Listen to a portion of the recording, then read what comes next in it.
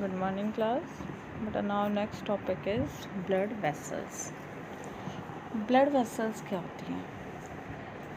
Tube-like structure which carry the blood from one part to another, or you can say from heart to the different parts of body. अब ये mainly 3 type की होती हैं. They are arteries, capillaries and veins.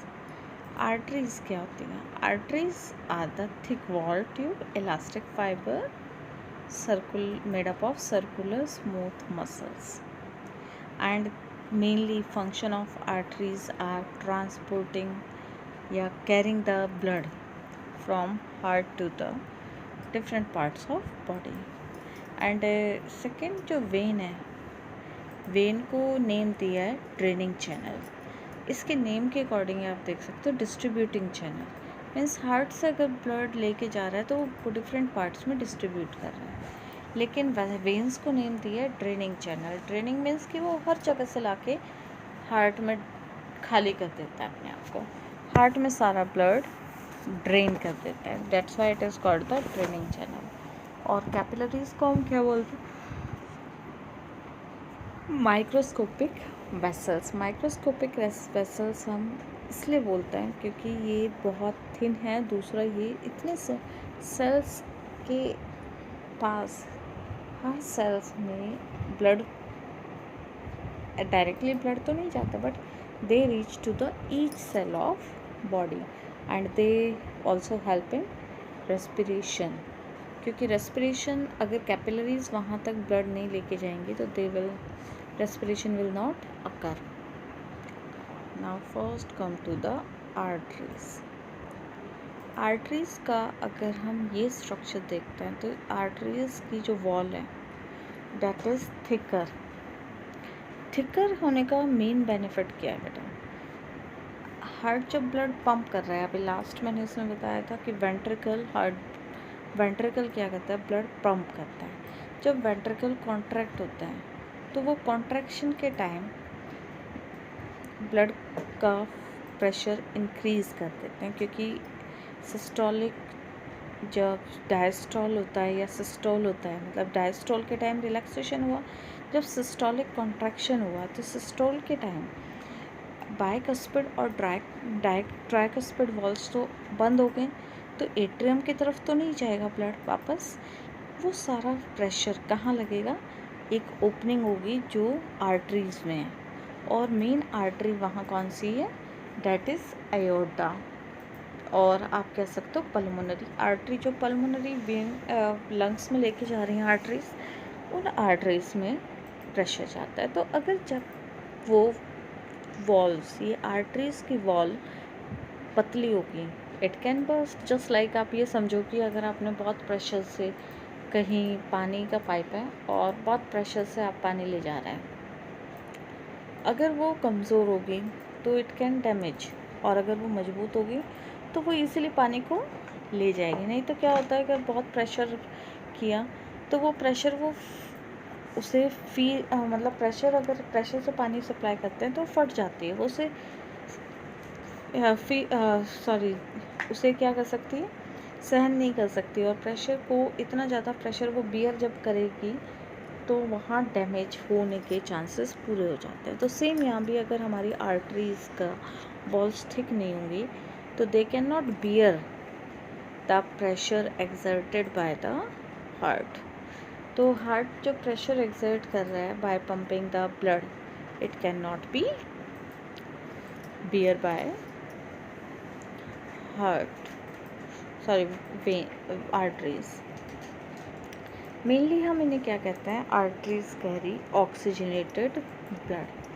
But when जो arteries lungs में जा रही हैं, they do not carry the oxygenated blood, they carry the deoxygenated blood for the purification.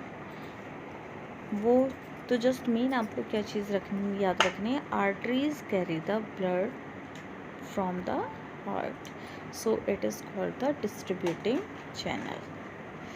Arteries finally क्या करती हैं? छोटी छोटी कैपिलरीज में डिवाइड हो जाती हैं.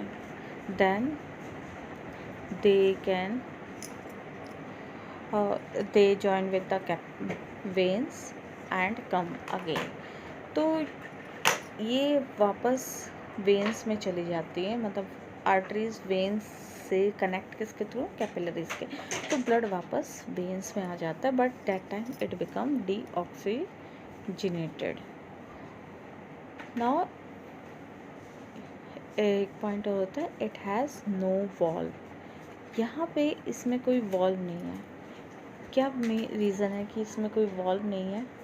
वॉल्व ना होने का मेन रीज़न क्या आ जाता है कि जब कोई चीज़ ऑलरेडी प्रेशर से पंप हो रही है तो वहाँ बैक फ्लो होने के चांसेस नेग्लिजिबल हो जाता है,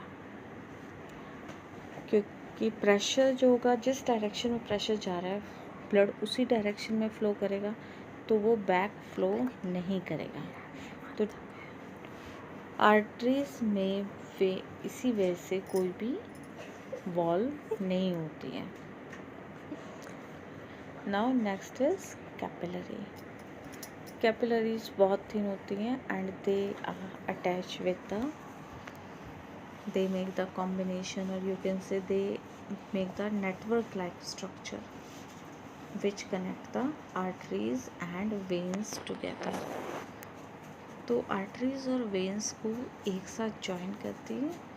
दूसरी चीज़, ये रेस्पिरेशन में भी हेल्प करती हैं, क्योंकि ये बहुत थिन होती है, तो दे also help in exchange of gases. यहाँ पे वर्ड दिया हुआ है एट्रियल कैपिलरीज, वेनस कैपिलरीज। तो एट्रियल कैपिलरीज हो गई जो कहाँ से आई, आर्टरीज से। वेनस कैपिलरीज जो वेन से आई। प्री कैपिलरी स्पिंक्चर, एंड ये क्या हो जाता है कि जहाँ से कैपिलरीज में ओपनिंग है, जहाँ पे वो एक्सचेंज कर रहा है, ऑक्सीजन को रिमूव कर रहा है, कार्बन डाइऑक्साइड ले रहा है, तो उसके बाद वो क्या करता है, ट्रांसफ़र कर देता है उसमें। एंड दूसरा आता है थ्रू फेयर चैनल। चैनल क्या है कि एक तरह से प्रॉपर ये चैनल जो बना रहा है, ट्रांसपोर्टेशन प्रॉपर कर रहा है, that is through fair channel. Now next is body contain two kind of capillaries. Same continuous skin जो कॉन्टिन्यूस है, and some are fenestrated.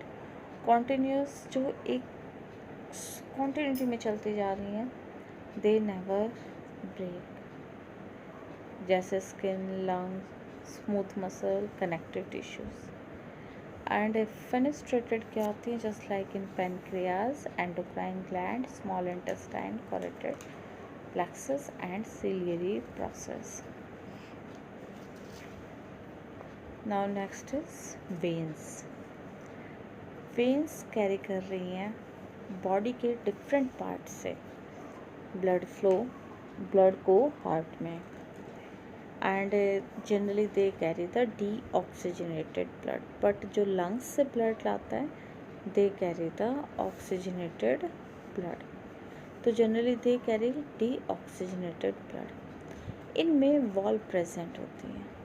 Valve क्यों प्रेजेंट हो रही है, क्योंकि जब ये बॉडी पार्ट से ला रहे हैं ब्लड, बॉडी पार्ट्स हमारे जो टिश्यूज़ हैं, जो हमारी सेल्स हैं, they do not have pump just like heart, कि means they do not apply pressure. ऐसे प्रेशर नहीं करती हैं कि वो पंप होगा ब्लड। तो उसके लिए वो बैक फ्लो भी कर सकता है।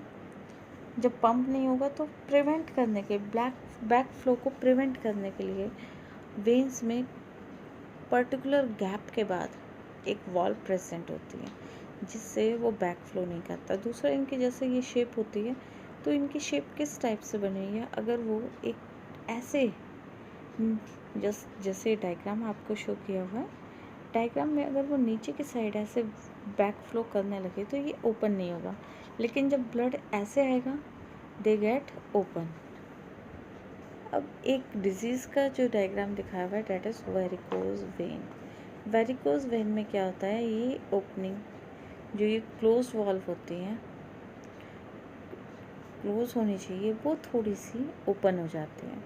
तो डेट टाइम जो डीऑक्सीजनेटेड ब्लड था वो थोड़ा सा बैक चला जाता है एंड इट स्टार्ट कलेक्टिंग, और इसकी वजह से वेन्स स्वेल कर जाती हैं। वेन्स स्वेल करके और नीली नीली लाइंस दिखाई देना शुरू हो जाती हैं। मीन्स कि जिस पर्सन को वेरिकोज वेन होता है, जैसे पिक्चर में दिखाया हुआ है, वेन्स थोड़ा सा बाहर निकली हुई कि बॉडी से स्वेल करते हुए ऐसे फील होता है कि बहुत ज़्यादा स्वेलिंग आ गई है पैर में, उन वेन्स में। That may be in legs, that may be in hands generally, but it occurs in legs first. They are thin walled, large irregular lumen, has valves, dead space around, types